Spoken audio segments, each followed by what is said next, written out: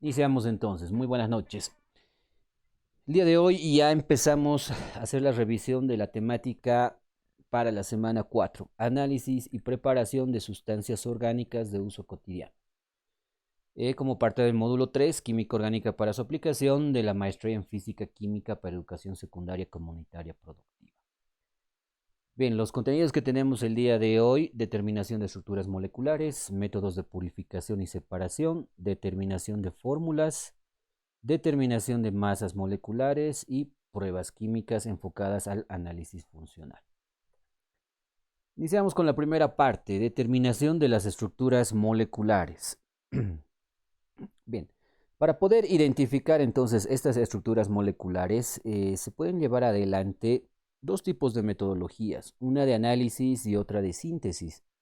La primera, es decir, los métodos de análisis, son técnicas que generan cierta información a partir de sistemas químicos. Bien, de tal manera que llevar adelante este análisis o este método de análisis puede ser a través de aplicar métodos cualitativos o métodos cuantitativos, ¿no? Cualitativos cuando queremos identificar principalmente la presencia de ciertos elementos: carbono, hidrógeno, oxígeno, nitrógeno, azufre, fósforo, halógenos u otros que pueden estar presentes en compuestos orgánicos. Y cuando hablamos de un análisis cuantitativo, hacemos referencia necesariamente a la presencia de ciertas cantidades, ¿no? Determinar además la cantidad de elementos presentes, ¿no? En un análisis cualitativo podemos identificar que hay carbono e hidrógeno, pero los métodos están limitados hasta ahí. No podemos decir, ¿no?, en qué cantidades, cuántos tal vez posibles elementos, ni mucho menos tratar de apuntar a una fórmula, por lo menos general o empírica, del compuesto. En cambio, en el cuantitativo sí, aparte de poder identificar la presencia de los elementos, carbono, hidrógeno, etcétera, podemos identificar a partir de estos métodos en qué cantidades están presentes, ¿no? Cuántos carbonos hay, cuántos hidrógenos están presentes en la molécula, oxígenos, nitrógenos, etcétera. De tal manera que con los métodos cuantitativos podemos llegar a elucidar las fórmulas moleculares. Los métodos de síntesis, que también se sirven para poder determinar las estructuras moleculares, están más enfocadas a la composición, a determinar la composición de dos o más sustancias. Bien, entonces, a partir de la aplicación de alguno de estos dos tipos de metodología, ¿no?, podemos determinar las estructuras moleculares. Bien, esto primero que habíamos nosotros comentado está enfocado de manera genérica. Ahora vamos a ir mencionando todo el proceso por el cual se puede llegar al análisis y síntesis de un compuesto orgánico. Para esto, primero debemos necesariamente purificar o aislar y separar el compuesto de interés, ¿no? Y no nos olvidemos que para poder identificar un compuesto orgánico, un determinado compuesto orgánico, lo vamos a hacer a través del uso de un producto. Y en un producto pueden existir distintos tipos, ¿no?, de compuestos químicos, a los cuales podemos denominar principios activos, ¿no? Y de estos tenemos que tener la capacidad, a través de ciertas metodologías, de poder aislar, ¿no?, separar, purificar el compuesto de interés. Para eso se aplican estos métodos de purificación y separación.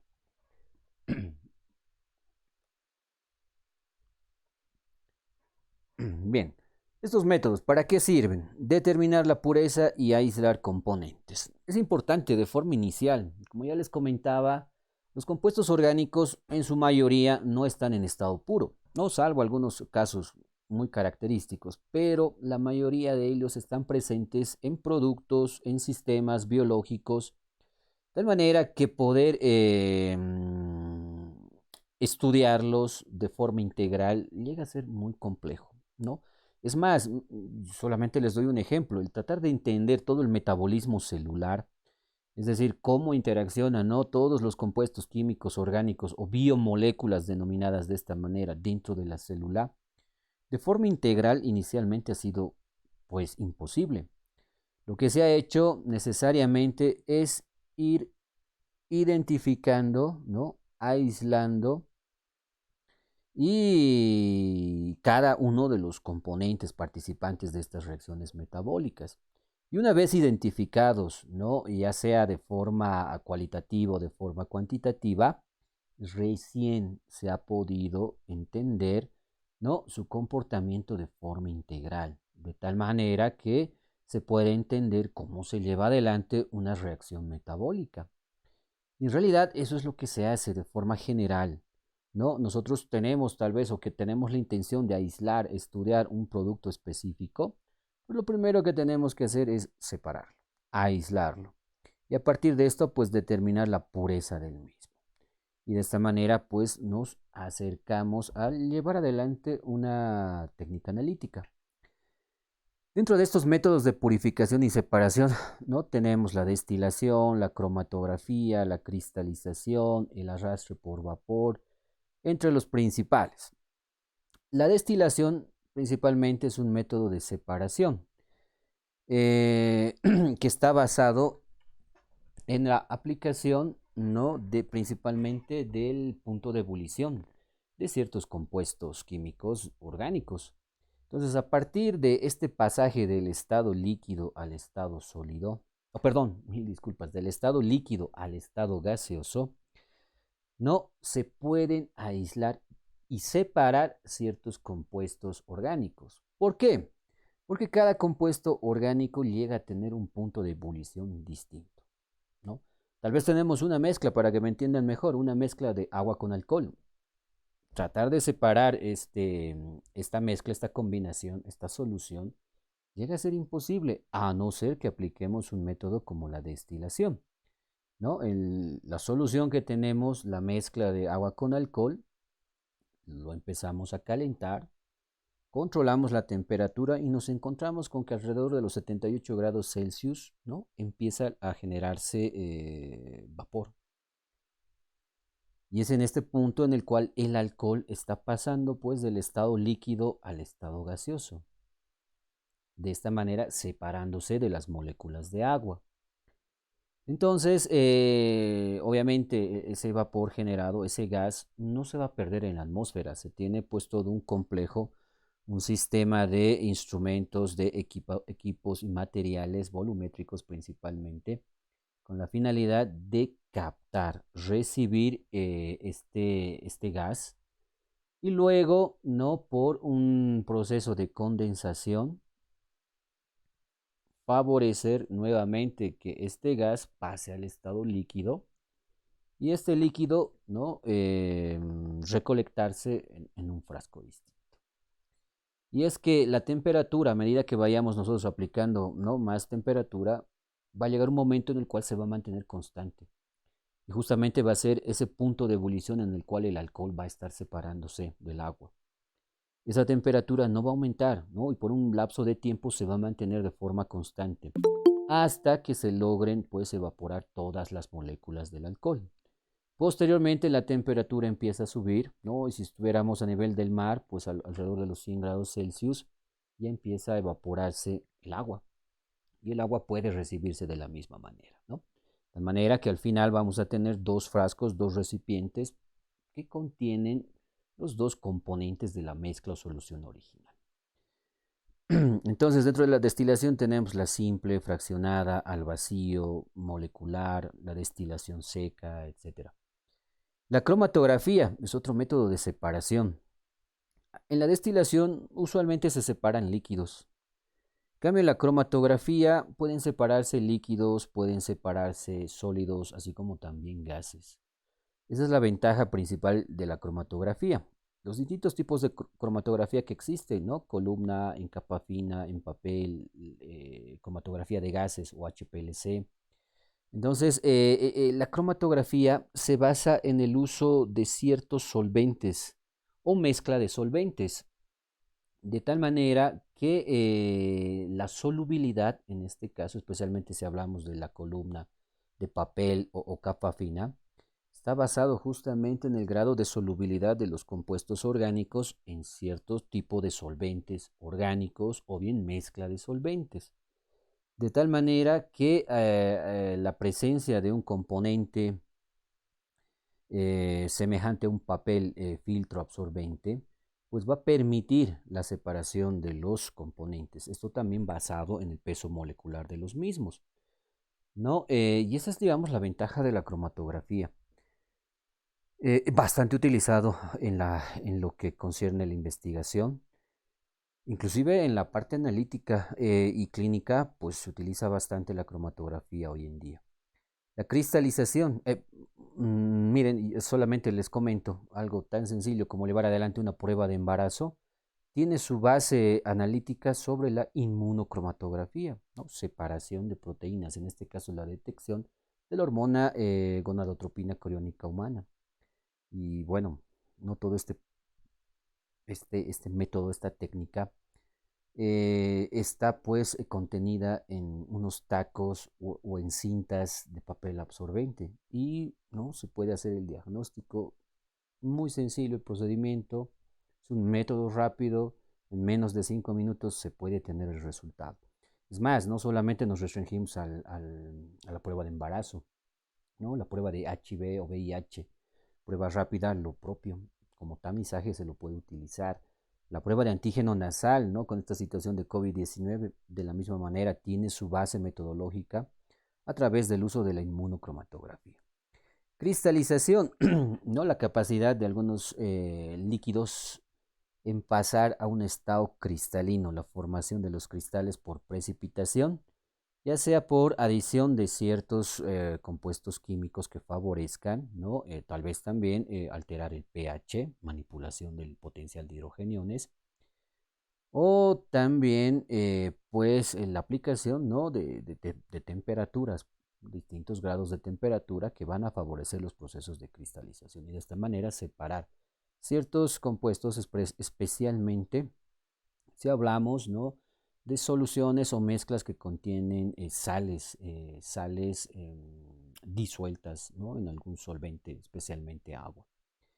Y el arrastre por vapor, que tiene una metodología semejante a la destilación, pero a diferencia de la primera, se basa en el uso justamente de vapor, ¿no? Generar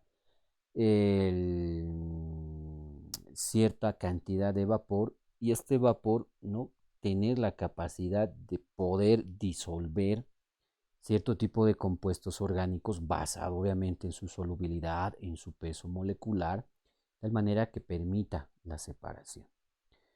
Lo interesante de estos métodos no solamente apuntan a la separación, sino también a la purificación.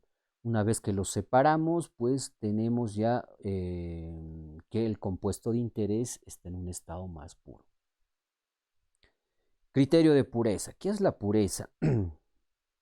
Bien, una forma de caracterización e identificación de cierto compuesto químico orgánico de interés, ¿no? Como les decía, en la naturaleza los compuestos orgánicos en la mayoría de los casos están en productos, ¿no? Están mezclados con otros compuestos orgánicos. Entonces se tiene que tener la capacidad de poder aplicar una determinada técnica que permita purificar el compuesto de interés. Y esto lo vamos a usualmente hacer a partir de identificar o determinar ciertas propiedades físicas. ¿Cuáles? Punto de fusión, punto de ebullición, índice de refracción, rotación específica. Punto de fusión, especialmente en la cristalización, muy importante, ya que se pasa de un estado líquido o acuoso al estado sólido. El punto de ebullición, en el caso de la destilación, cuando se pasan los líquidos de un estado líquido al estado gaseoso. El índice de refracción y rotación óptica específica, perdón, son medidas o técnicas que se basan en la óptica, ¿no? Es decir, el movimiento de la luz por la presencia de cierto tipo de compuestos químicos, ¿no? Pueden hacer girar, en este caso, la refracción o en este caso la luz polarizada, de tal manera que inclusive podemos, a partir de la aplicación de estas dos metodologías, podemos inclusive detectar isómeros, ¿no? Y si hablamos de compuestos orgánicos, pues los isómeros son muy abundantes y existen distintos tipos de isomería, ¿no? Ya en las presentaciones para la segunda semana que ustedes preparaban, nos hablaban de la temática de isómeros. ¿Qué es un isómero? Grupo de compuestos químicos que presentan una misma fórmula molecular, pero diferente estructura, lo cual les brinda, ¿no?, propiedades físicas, químicas, biológicas, fisiológicas totalmente diferentes. Y esa, digamos, es la ventaja de poder aplicar este tipo de metodologías que me permiten inclusive separar, ¿no?, tamizar isómeros. Especialmente si hablamos de la rotación específica, podemos determinar la isomería óptica, es decir, formas dextrógiras o levógiras de compuestos orgánicos. Determinación de fórmulas. Bien, una vez que hemos aislado el producto de interés, ¿no?, lo queremos conocer. Lo primero que se nos viene pues a la cabeza es saber cómo será su fórmula, qué elementos contendrá ese compuesto químico de interés. Para eso se llevan adelante este tipo de análisis, ¿no?, pueden ser cualitativos o cuantitativos. Con el análisis cualitativo nos enfocamos a detectar elementos y grupos funcionales. Y es que esto es muy importante. En realidad, acá no vamos a resaltar la importancia de uno en comparación del otro. No, ambos tipos de análisis son importantes, se complementan. El primero me permite identificar los elementos y también la presencia de grupos funcionales, ¿no?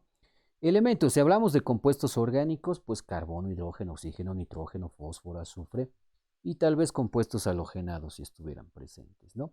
Grupos funcionales, ya conocemos los grupos funcionales, ¿no? Los hidrocarburos o hidrogenados, oxigenados, nitrogenados, fosforados, azufrados, etcétera. Y bueno, pues a partir de saber qué elementos están presentes y qué grupos funcionales, ya tenemos una idea del comportamiento o del posible comportamiento de la molécula, ¿no? Serán solubles en aguas, es decir, hidrofílicos, o serán hidrofóbicos. Ya se nos da cierta idea de las características físicas y químicas del compuesto de interés, pero debemos ir más allá. Y bueno, se debe apuntar, pues, ¿no?, el conocer la esencia misma del compuesto químico. No solamente me interesa saber si hay carbono, hidrógeno, sino en qué cantidades. Y para eso, pues, aplico el análisis cuantitativo, ¿no?, donde voy a poder determinar cantidades o proporciones, inclusive determinar, ¿no?, cierta masa del compuesto expresado, ¿no?, en unidades de masa como los gramos. De tal manera que uno pueda saber en realidad si hay carbono, ¿cuántos carbonos hay? Si hay hidrógeno, ¿cuántos hidrógenos hay?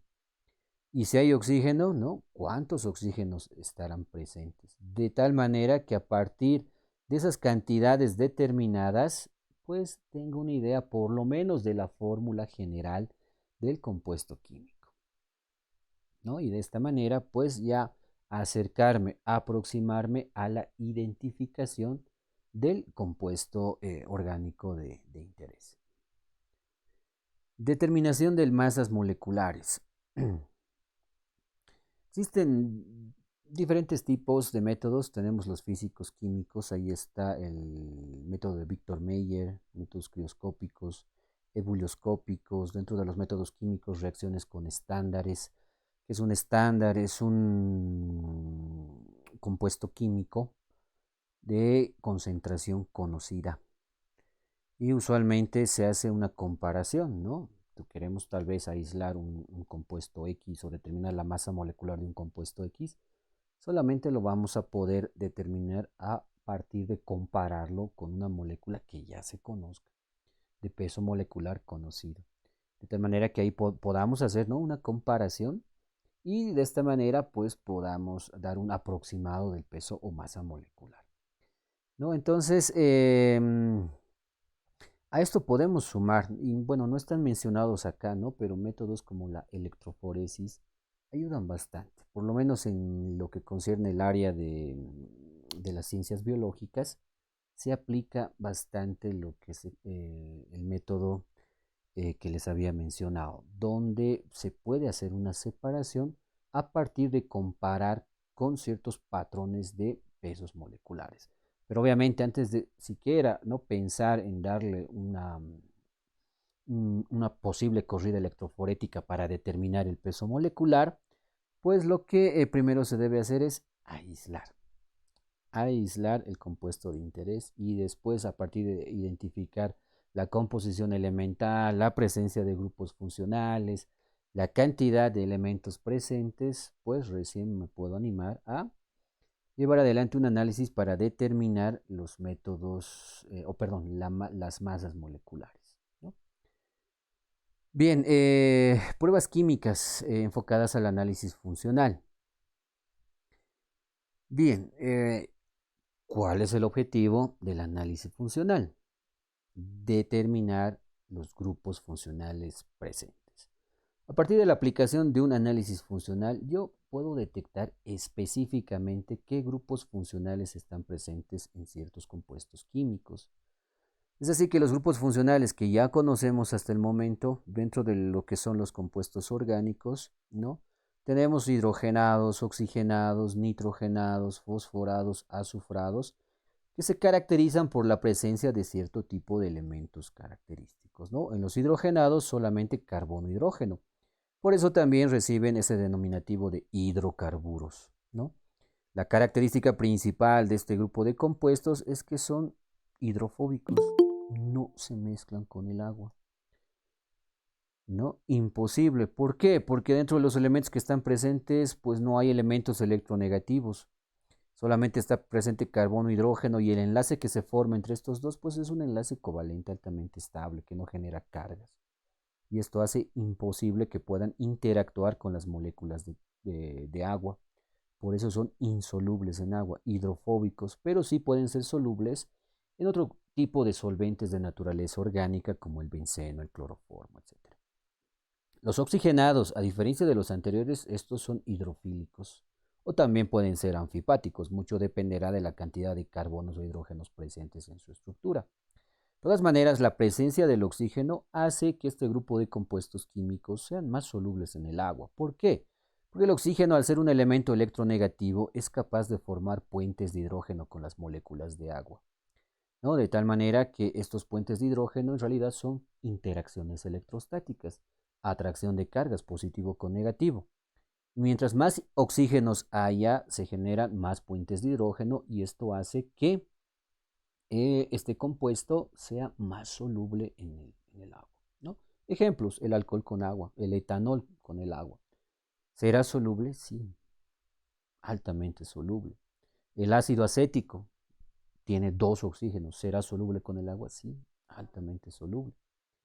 Obviamente hay excepciones y mucho, repito, mucho dependerá de la longitud de la cadena de carbonos, ¿no? Mientras más larga sea la cadena, hay más carbonos y eso eclipsa el comportamiento hidrofílico del oxígeno, de tal manera que nos vamos a encontrar en algún momento con un compuesto que puede ser anfipático, es decir, tanto hidrofóbico como hidrofílico al mismo tiempo, o directamente hidrofóbico. Los nitrogenados tienen, ¿no?, carbono, hidrógeno, algunos pueden contener oxígeno y todos nitrógeno. Son altamente hidrofílicos, pero también esta propiedad dependerá mucho de la longitud de la cadena de carbonos, ¿no? Las amidas son las únicas que contienen el oxígeno, ¿no? El resto, aminas y aminas y nitrilos solamente contienen carbono, hidrógeno y nitrógeno. Los fosforados, de mucho interés, especialmente en sistemas biológicos muy importantes, ¿no? Famoso ATP, adenosintrifosfato, la molécula energética por excelencia en la célula, contiene fósforo. Acá tenemos, ¿no?, la presencia de este compuesto, en estos compuestos, carbono, hidrógeno, oxígeno, y tiene que faltar el fósforo, altamente hidrofílicos debido a la presencia tanto del oxígeno como del fósforo.